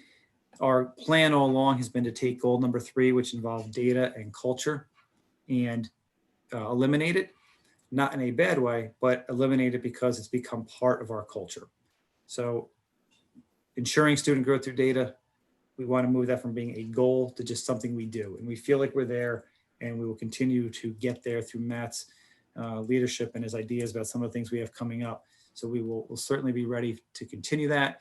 But we want to add a third goal on digital fluency, and much more on that to come. That's just a little bit of a little preview for you about what we're kind of thinking and planning for a new goal number 3.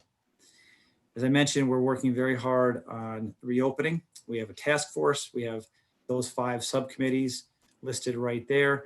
Subcommittees are meeting through the summer. They've already met and will continue to meet. Our task force meets with them or meets after those meetings.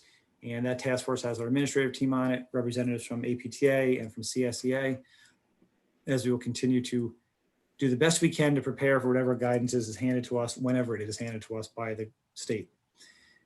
We've got a return to work protocol in place, and we're working on that and fine tuning that. We have training that we've been able to partner with. Kim has been able to get through Questar so that our employees, as they return to work, are going through training modules, just like we do Right to Know every year. There'll be return to work protocol training for them, and just making sure that we have everything in place so that we can do this as safely as possible. And we just rolled out our community survey yesterday. The quantity of feedback has been overwhelming. So I think we had like 250 people respond in the first like 2 hours or something. We're very, very pleased with the community response to that. We haven't looked at the data yet. It closes at the end of the week, and we'll look at it then and see what information we get from our community in terms of what they're looking for from us as we try to develop these plans going forward.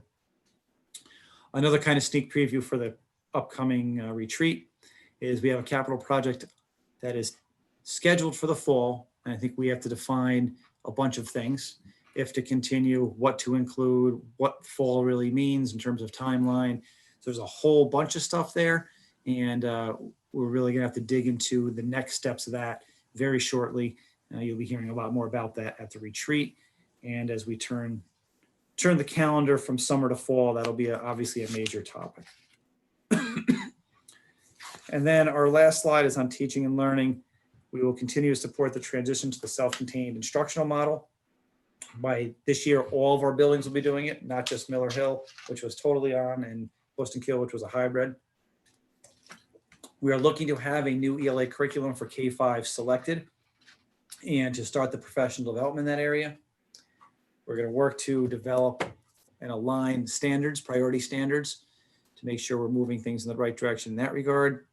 And in-person summer school, which is going on right now and is our first crack at bringing kids back in a COVID-19 world. And we're monitoring how that's going, not just from a safety point of view, but from an instructional point of view, or from a pedagogical instructional point of view with, you know, the things that we have to do to be safe.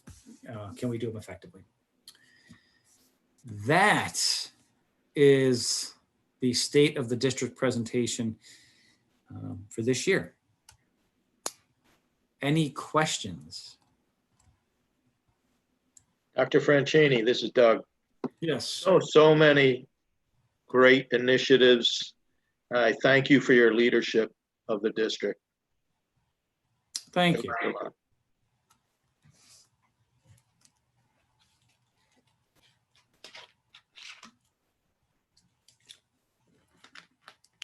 All right. That concludes. I agree. There was Oh, sorry. good. No, there was a lot that happened this year, including the pandemic, which we rose to that occasion too. And thank you to everyone in the district who worked so hard to keep us moving forward in a positive direction. Yes.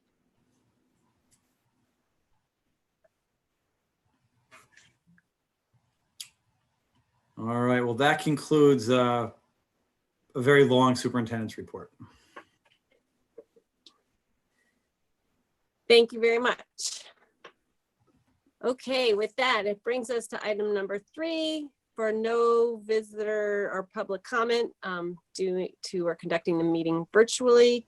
Item number 4, the consent agenda. Do I have a motion? Megan. Megan, thank you.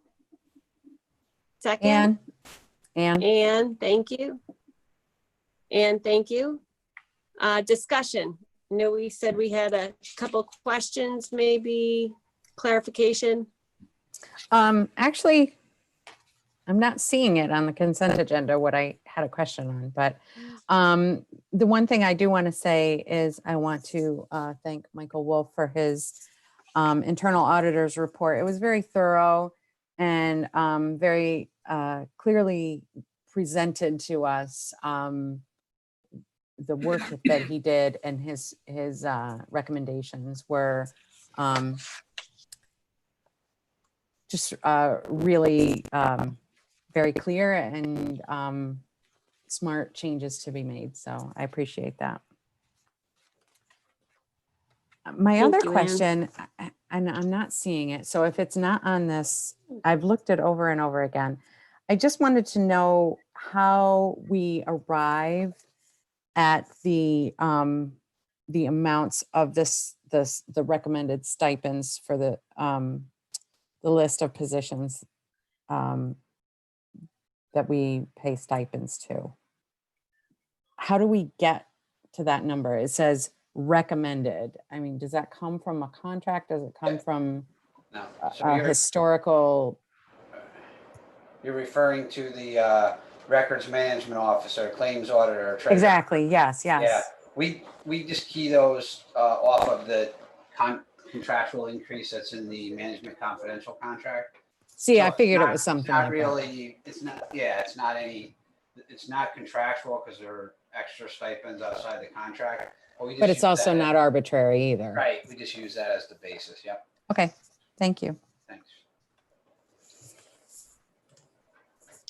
Michael, did you have a modification to one of those items? Yeah, so the community education coordinator, and it should be 18,476, the 17,980.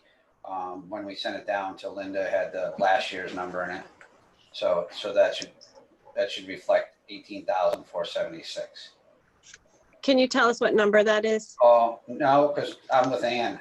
I think it actually is part of the reorg, and it's the stipends are listed. But I didn't see positions- it in the reorg. Well, the positions are listed, but the stipend, the memo is like just as attached.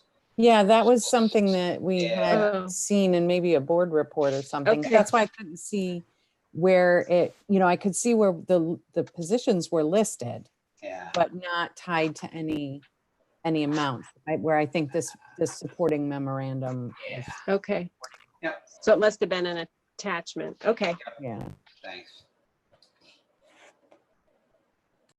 I would like to thank all of the faculty and staff that have stepped up to head a club or take extra responsibility as a teacher leader, or just all of the extra work that goes into it, even the positions that are stipend, the amount of time and effort that goes into assisting the extra clubs and organizations is extensive.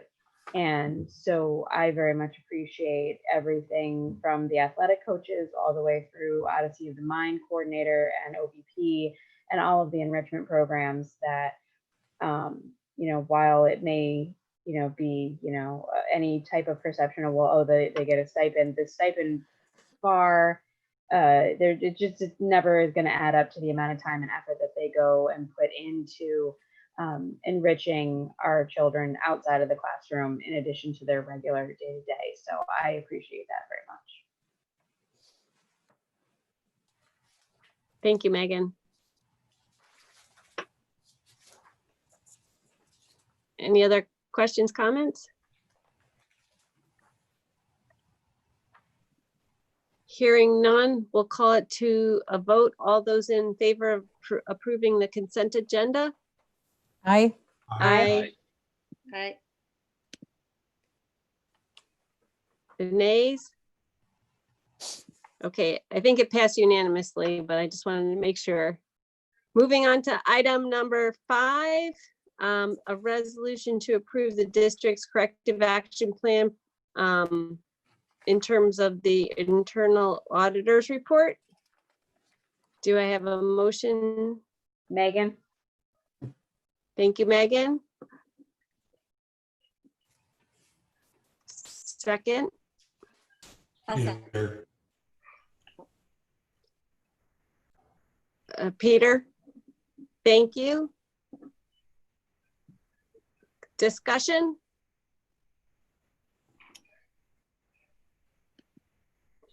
Hearing none, we'll call it to the vote. All, oh, go ahead. No, I was just gonna echo what Ann said earlier, and thank the other Michael for really doing a thorough job, and appreciated all the detail that went into the report. Excellent. Thank you, Megan. Anyone else? Okay, hearing none, we'll call it to a vote. All those in favor? Aye. Aye. Opposed? Passes unanimously. Brings us to item number 6, to approve the resolution to bond our school bus proposition that was passed as written in the agenda. Do I have a motion? Sam. I'm sorry, who made the motion? Sam? Yeah. Okay. Second, Megan? Megan, thank you. Discussion?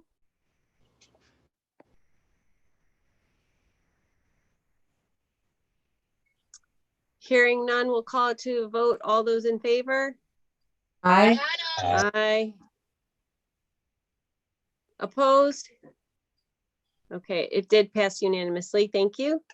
Item number 7, to approve the attendance of 3 board members and Dr.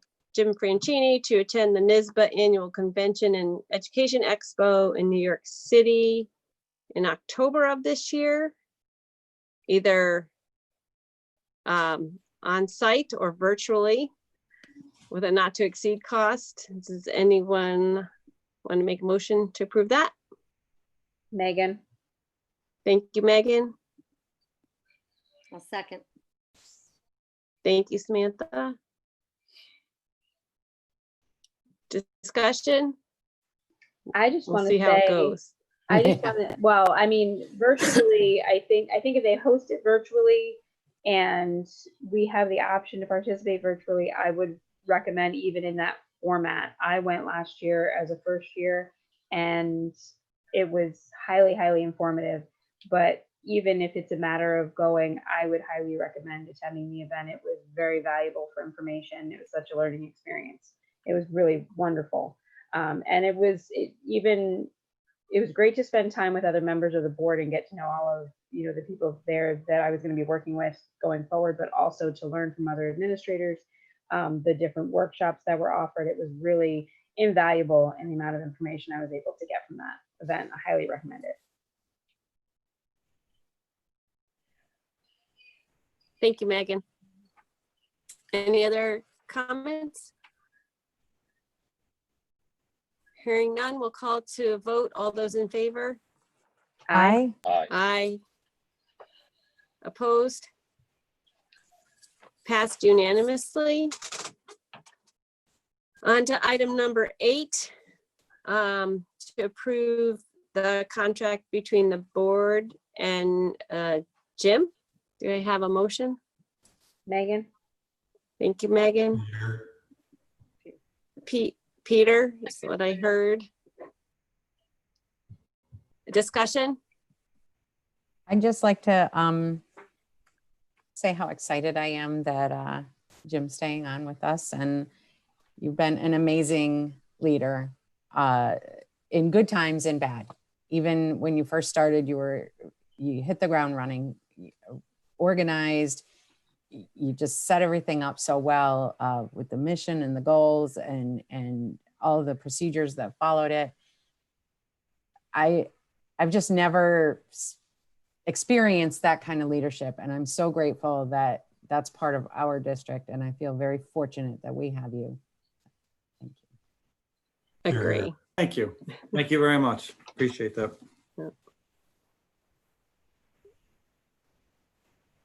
Any other comments? I just want to agree with Ann and just say that I've seen a little bit of leadership like that, but and the difference it makes is profound. So thank you, Jim. Seriously. you. Absolutely. Yeah, you're doing an amazing job, and we're Very, very very lucky to have you. Very lucky. All Well, right. it's great to be here. So thank you for having me. We will see you someday. Okay. Is there any other comments? Okay, we'll call it to a vote. All those in favor? Aye. I think it passed unanimously, but I'll go with the nays just to make sure, because I can't see everybody at once. Okay, passes unanimously. Thank you. On to item number 9, in an agreement of addendum to Michael's contract. Megan? Thank you, Megan. Anne? And thank you. Discussion?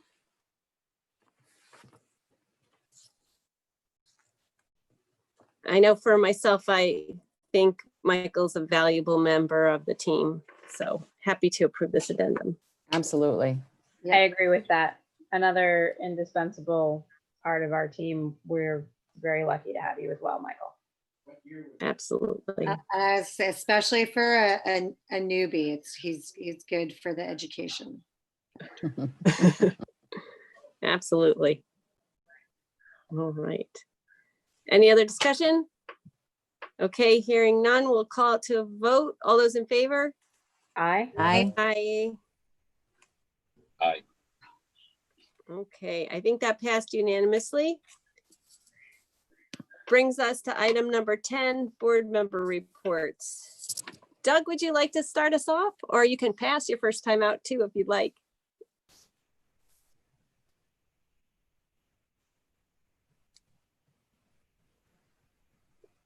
You need to unmute yourself.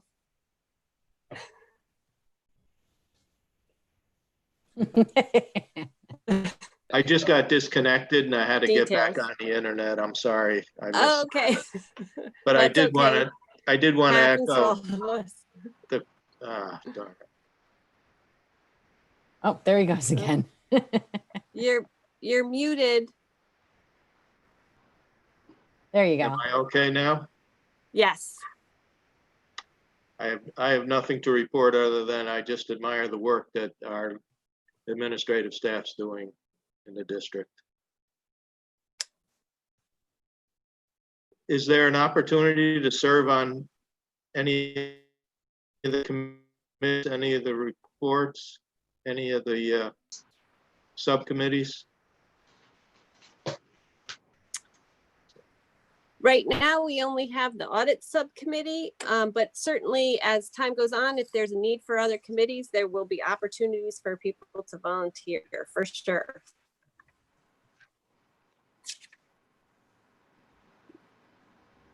I'm not sure. Is he frozen to everybody else too? Yeah.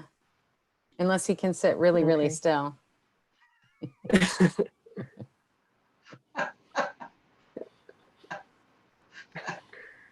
Okay. So is it Chris? Well, It's like Chris. if Doug gets yeah, if Doug gets reconnected, we'll let him jump in. But Okay. Samantha, do you want to? I will, I'll make this very quick. I'm just going to say again, this, the administration is fantastic. And yeah, what I appreciate is that what it's going to take to get us back to school is trust. And this administration has a lot of that with the community. And so when we go back, how we go back, and how well that goes is going to be a factor of the trust. And you know, there's a lot of due diligence with what these guys are doing, and so with those two things working together is, I expect what's going to get us back in whatever, and make progress, whatever going back looks like. And so that's, you know, that the capital of trust built up is, I think that's what's going to get us kind of out the other side, whatever that looks like. So I appreciate what you guys are doing and kind of the years of built up trust that's going to kind of get us through whatever the other side of this looks like. So that's all. Hey, Jesse, I Yes. apologize. Can I take just 2 seconds? I appreciate everything that the board members have said about the administration and everything. And we have a lot of people across our district in support staff positions and faculty that have done a really great job through this and other things. But I have to tell you, we're in my opinion, as an administrative group, we're nothing without our management confidential staff. They really make the things happen that we need to have happen when we have these great ideas. And it's like, okay, Aaron, can your folks do this? Now they're working over at Miller Hill to solve drainage problems, and food service stepped up, and all the work that Linda and Yvonne and everybody did to make the vote have the most complicated and crazy vote situation happen. So all of these things that we are able to accomplish is really because we have people that are willing to work with us, that have the vision of, a student-centered operation where it's, make every student, every day, all of that. They buy in, and they really are what help us make that happen. We couldn't do it without them. So I just wanted to mention that, because you did say a lot of nice things about the work we're doing. And I think it's important to know really that they're the backbone for us being able to accomplish all that work. Yeah, thank you for pointing that out. I think we all knew it, but it's important to say out loud. Thank you so much, Michael. Megan? Thanks, Jesse. I want to say a couple of things. I want to congratulate the community on seeing another senior class off to their future endeavors. I get a lot of feedback from the community, in the grocery store, and I see people, and I've had nothing but positive responses from everyone who has talked to me about everything that we did for the seniors and everything we did for the kids over the course of the pandemic. I've been extremely vocal about the quality job that I think everyone has done through this entire ordeal. I also want to say how much I appreciated everyone that voted. I know mailing in ballots is new to a lot of people.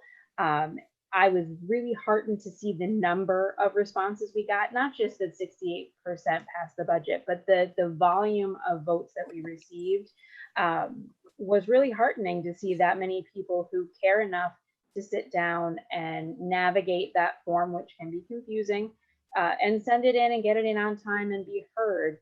And voting is instrumental to whether or not we know if we're doing a good job. So saying it in the street and saying it in their vote is really, really important. The kids feel loved. They feel all the work that you're doing. They feel taken care of and confident in the care that they're given and the education that they're given. And the parents know that we care about their kids, all of their kids, not just in words, but in actions. So you can say every student every day, but you're living every student every day. So it's really important that the community feels that. So I am really looking forward to this year, even though it's questionable where we're going with this and how we're going to do it. I have faith in our faculty and our staff and our administrators and all of you. So thank you. Thank you, Megan. Anne? Okay. I could echo everything everybody else is saying, but first I want to welcome you, Doug, to the board, and I hope you find it as gratifying as I do, and I'm sure the other members do as well. So, if you ever have any questions, feel free to ask somebody else. Just kidding. No. Jim, thank you so much for your State of the District. Wow. I can't even sum it up. I just want to say that the dedication and the talent in our district is really, truly overwhelming to me. And Michael, to your point, I think that maybe I'm just speaking for myself, but I think that when we board members say administration, I think we're just talking about the adults in the buildings. You know, we're talking about everybody. We're talking about the support staff, the faculty, the admin. At least I know that when I say that, my brain is thinking of everyone, the volunteers, the faculty, you know, the guys mowing the lawn, everybody. I mean, that's what I think about, even though I know obviously there's different groups of people, the way we classify them. But I think when we say administration, we think of everybody who is doing their part. At least I do.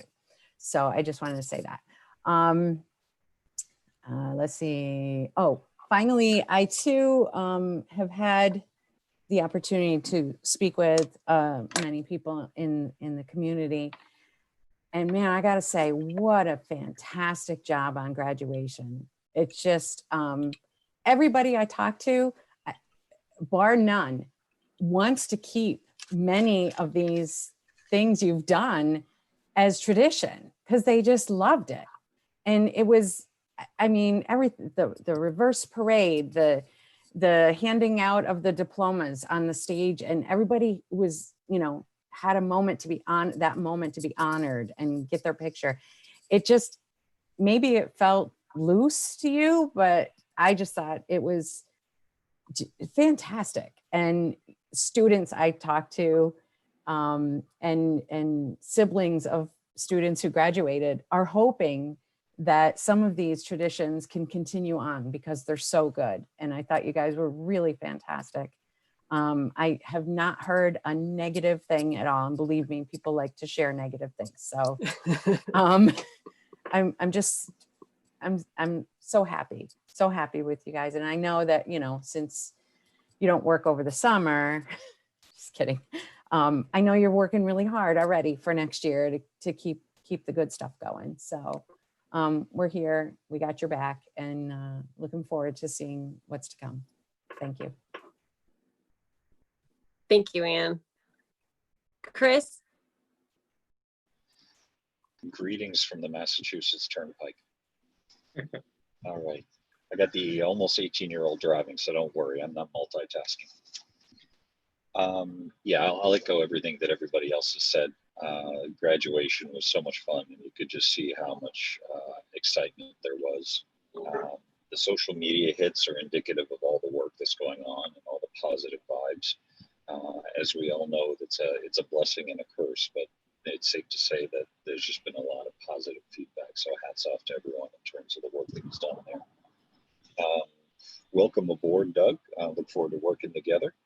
Same here. And Thank you. welcome back, Anne. So that's it. Thank you.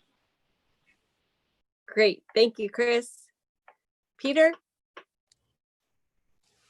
I'm used to following Jenny, and I just want to throw in there, you know, that I still feel her presence at the board meetings.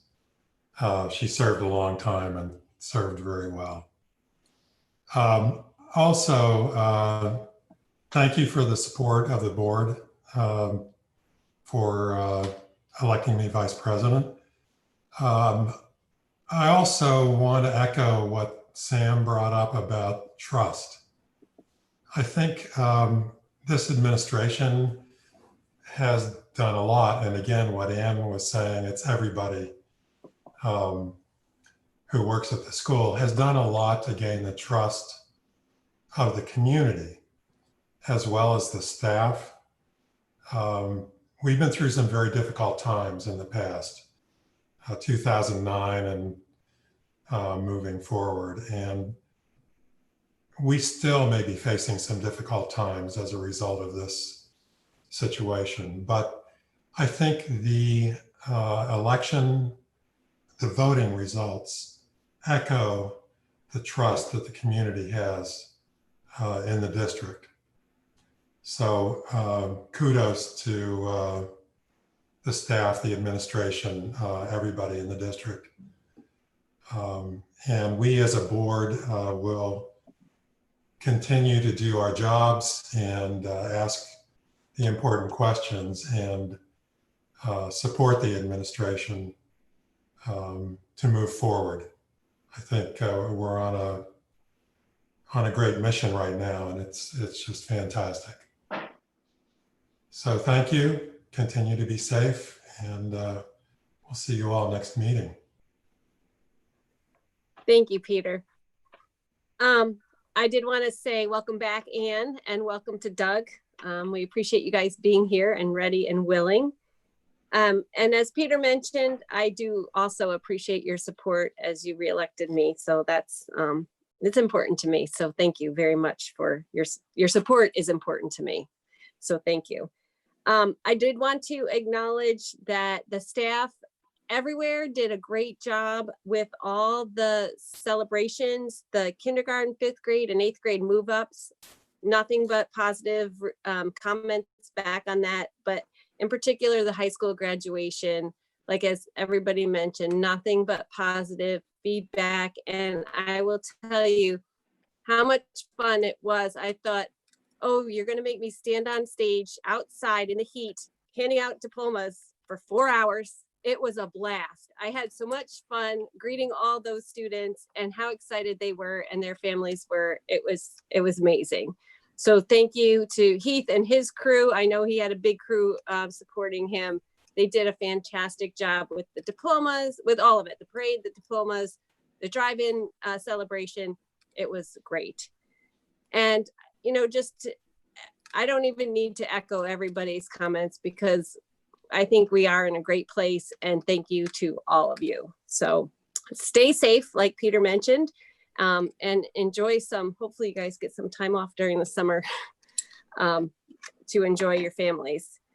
Jesse, real quick, thank you for doing that. And we didn't know what we were getting into. And I got to tell you, I think I mentioned to you, but as we walked out, Heath and I were talking about the job that you did, because we kind of threw at you you were the main focal point of that little thing, the way it was set up, and did a great job getting kids in and out and reassuring kids and families and pausing for pictures. And so you deserve some of the credit for that too. You did a great job handling that. So thank you. You forgot to mention in a mask when you said 4 hours on a stage, also in a mask, which made it even more of a challenge, but thank you.